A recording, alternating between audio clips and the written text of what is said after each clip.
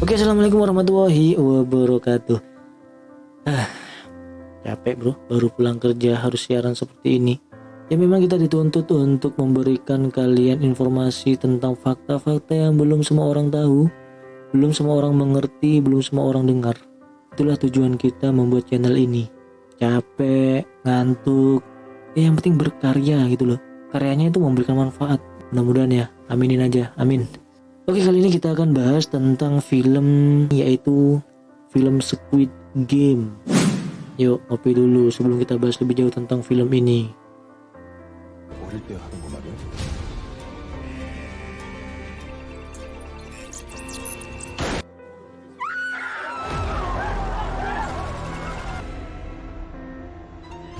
Tapi kita tidak akan membahas tentang alur film dari cerita ini. Tidak. Kita akan mengungkap tentang fakta di balik Squid Game itu sendiri. Ada 5 fakta yang menarik teman-teman yang harus kalian ketahui ini. Oke, fakta yang pertama dari film Squid Game ini, ternyata pada tahun 2019 lalu Netflix sudah merencanakan tentang penayangan film Squid Game ini. Pada saat itu juga sutradara dari Squid Game ini, yaitu yang bernama Hang Dong-hyuk, pertama kalinya bekerja sama dengan Netflix. Dan fakta menariknya dari film Squid Game ini, ternyata film Squid Game ini dulunya bukan Squid Game, tapi adalah Round 6. Nah, itulah garis fakta yang kita ungkap pada saat ini. Dulu itu bukan Squid Game bro, tapi Round 6. Ya, artinya apa sih? Ronde ke-6 ya mungkin ya. Ya, ronde ke-6, Round 6.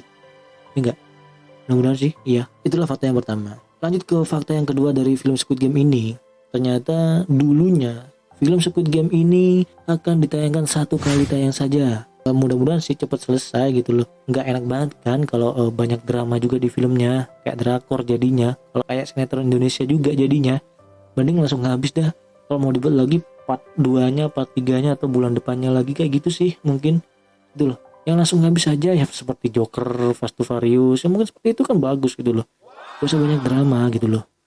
Oke, mungkin alasannya sang sutradara itu sendiri mungkin banyaknya dari permintaan penonton juga sih, harus dilanjutkan gitu loh. Ya kalau gitu sih buat aja part 2, part 3, Squid Game part 5. Nah itu bagus tuh kayak gitu. Daripada berepisode terlalu banyak drama, nanti bosen juga nontonnya, ya kan. Oke, fakta yang ketiga dari film Squid Game ini, ternyata Squid Game itu multi genre. Jadi tidak hanya genre sebuah permainan saja, sebuah game saja, tapi adalah multi genre. Di situ ada juga genre pembunuhan loh. Siapa yang kalah dibunuh loh, ya nggak? Serem kan? Fakta yang keempat tentang film Squid Game. Pada saat itu sang sutradara sudah selesai menulis naskahnya nih, naskah filmnya dari Squid Game. Tapi ternyata pada saat itu sang sutradara tidak berhasil dan kesulitan mencari seorang aktor dan investor untuk pembuatan film itu sendiri. Alasannya apa? Alasannya film ini sangat rumit, tidak mudah dimengerti, sangat asing di hati masyarakat, dan brutal. Itu alasan mereka. Ternyata Squid Game itu banyak perjalanannya, banyak terjadi penolakan. Fakta kelima dari film Squid Game ini ternyata terinspirasi dari kehidupan nyata, kisah nyata dari sang sutradara itu sendiri. Pada waktu itu mengalami masalah besar, yaitu terlilit hutang, tapi sih nggak disebutin nominalnya berapa gitu loh. Sampai dia menulis naskah, sebuah diary di kertas-kertas gitu. Naskah dari Squid Game ini ditulis pada tahun 2008. Bayangkan, 10 tahun yang lalu, 10 tahun lebih lah, hampir 12 tahun ya nggak. 2008, saya masih SMA bro. Naskahnya sudah ditulis pada waktu saya masih SMA dan baru tayang pada tanggal 17 September 2021, bulan lalu. Bayangkan gitu loh, betapa susahnya film Squid Game ini dibuat gitu loh. Tidak gampang gitu, tidak dibuat dari tahun lalu, tidak dibuat dari 3 tahun atau 5 tahun lalu, tapi lebih dari 10 tahun yang lalu naskah film ini sudah dibuat. Jadi kembali lagi ke kisahnya dari seorang sutradara dari Squid Game itu sendiri, bahwa dulu itu terlilit hutang banyak ya. Sampai dia menulis kisahnya, mungkin dia tidak tahu mau cerita ke siapa, jadi dia tulis kisahnya di sebuah diary atau catatan. Jadi dia tulis sehingga menjadi film pada saat ini. Tapi gini logikanya loh, orang punya hutang masih sempet ya nulis. Orang punya hutang itu kerja, cari kayak keluar Tapi uniknya sang sutradara ini punya hutang, ditulis kisahnya di situ di sebuah buku sehingga menjadi film.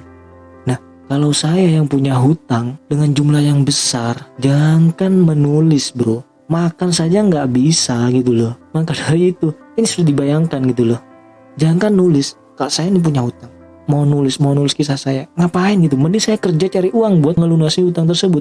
Ya enggak, logikanya seperti itu. Tapi berbeda dengan sutradara dari Squid Game ini sendiri ketika waktu itu menulis kisahnya, yaitu ketika dia punya hutang gitu loh.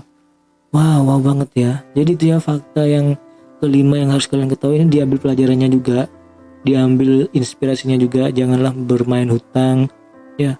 Dan motivasinya juga kalau kalian punya masalah, catat aja, siapa tahu itu akan menjadi film kalian nantinya. Ya nggak 10 tahun kemudian. Saya seperti sang sutradara ini gitu loh. Siapa tahu sekarang punya masalah, catat, besoknya jadi film. Mudah-mudahan sih, amin. Itu ya fakta yang kelima ya. Jadi menarik ya.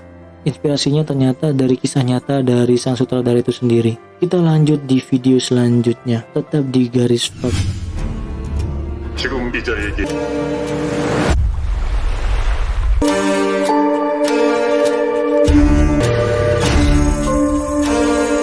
계신 여러분들은 모두 삶의 변함에 서 계신 분들입니다. 게임에 참가를 무조건 이기게 해줄 테니까. 무슨 수로? 무슨 수를 써서도. 이러면 안 되는, 우리끼리 이렇게 죽으면 안 되는 거잖아. 게임에 참가를 원하지 않는 바짝 보고 계세요. 제일 센 중에부터 크게 살 길이 있는 분은 지금 말씀해 주시길 바랍니다. 임금이 지급됩니다.